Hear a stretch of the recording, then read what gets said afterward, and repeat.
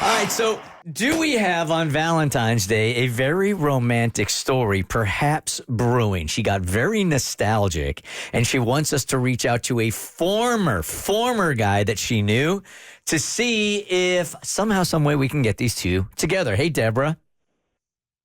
Hi there, how are you? Hi, all right. Give us the story here in studio. Tommy, our studio director, already knows it, and he's already reached out to the person that you're curious about. Oh, it's a wonderful story. Okay, so over this past weekend, my daughter and I, we were out buying some Valentines for her classmates. She was so excited just to, hand them out. She didn't tell me her crushes, but, we'll save that for another time. So I ended up finding some old memories of my own in my parents' attic and had brought them home with me to just save, just to look through when I had the time. And I don't know, seeing my daughter, her excitement, it brought back so much just nostalgia and excitement within me. So I went and I pulled out some of my old Valentines, had to, shake the dust off of some of them. I saved them from when I was in elementary school, and going through them, there was a lot. I would say I was pretty proud. And so one of them was a wonderful Super Mario Brothers themed Valentine, and I noticed it was signed by a name I hadn't seen or recognized in a couple years. It was a boy in my class who I'd had a huge crush on. I mean, oh my gosh, I thought I was going to marry this man. And honestly, I hadn't thought of him. I couldn't believe it, so couldn't help myself, got a little curious, looked him up, and I found a Facebook page. I found his Facebook, and oh my goodness, when I tell you, he is doing well. He is fine, just fine. Had a nice little glow up, eh? Oh, amazing. I was like, what have I been missing all these years? A lot, apparently. Yes, so he will look amazing, looks successful, and most importantly, he looks single, which I cannot believe. How is he single?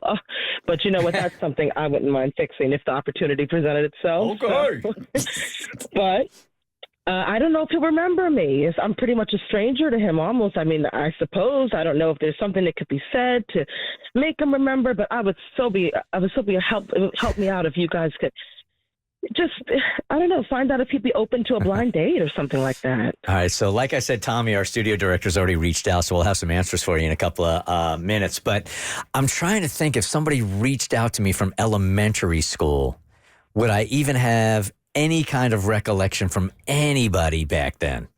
I mean, there would have to be something specific that we did together for me to go, oh, yeah, that girl. It's probably like two people I know I would remember. I think the majority of my class I probably wouldn't, but the girl I had a crush on, I would definitely still remember her to this day. Oh, we're going to table this and we're going to do this. What's that? We're going to reach out to somebody from elementary school and see if they remember us. Oh, God. Okay. I like that. Yeah. All right. Pride is on the line. Hey,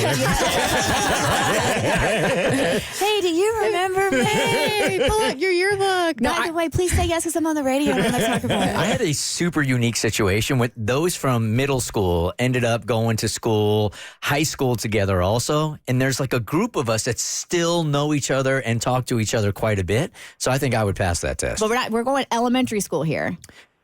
Yeah, I don't know. I'm going to go back that far. Yeah. I already did this in college. I got reconnected with a guy through mutual friends that he was like my first grade boyfriend. And in college, he followed me and then I followed him back. And we started DMing for like a long period of time because he was like studying abroad or something.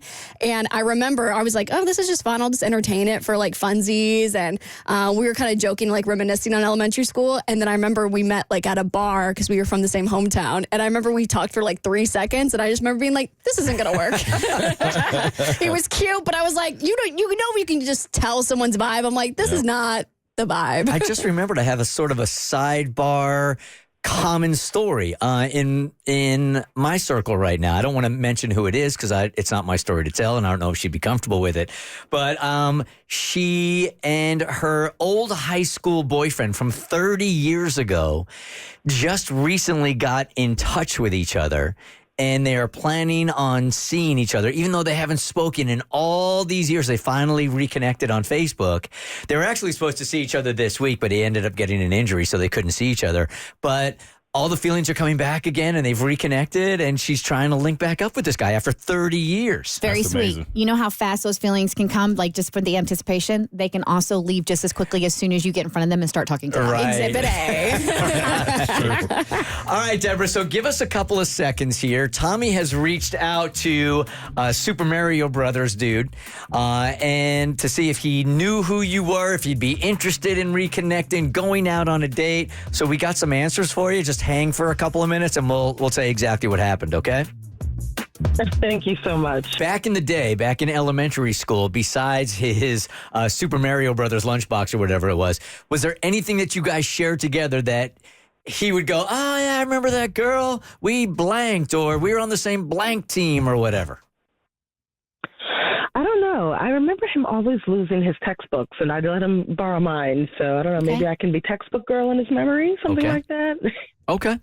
So there's a there was like some interaction between the two of you. So there's a possibility, Deborah, that, yeah, he'll remember you. Well, at this point, Oh. with me reaching out, it doesn't really matter. That won't matter until they meet and if they meet.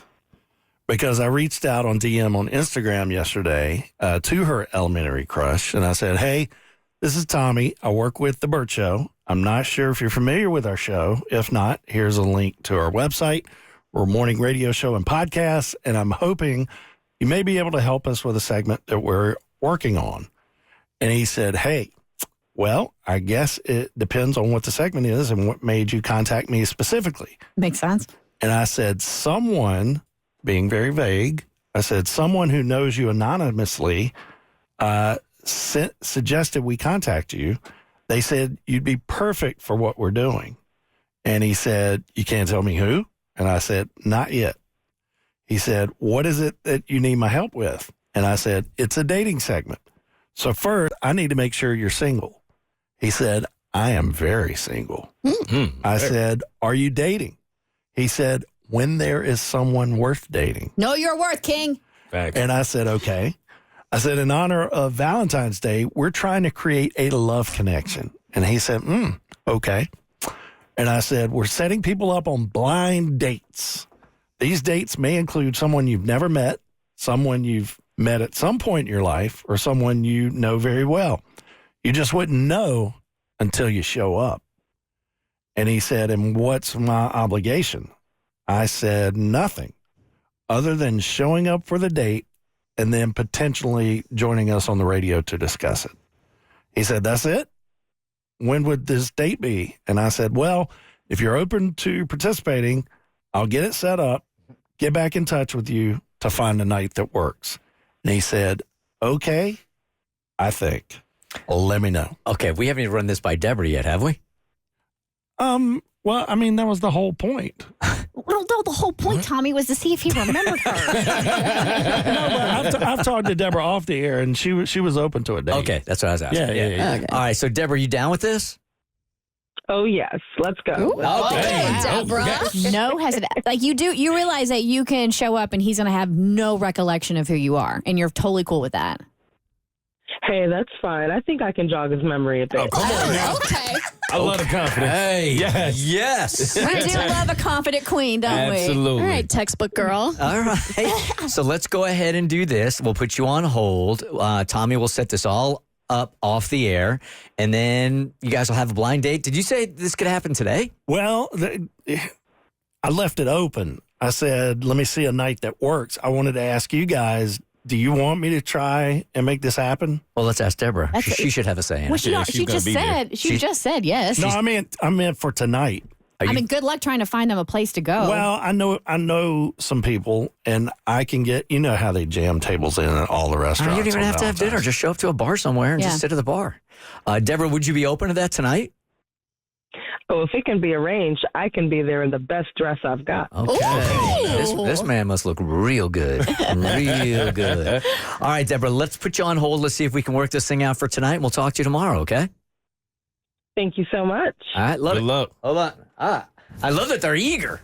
That they're so eager. Like, yeah, let's do it. No hesitation. The Bert Show.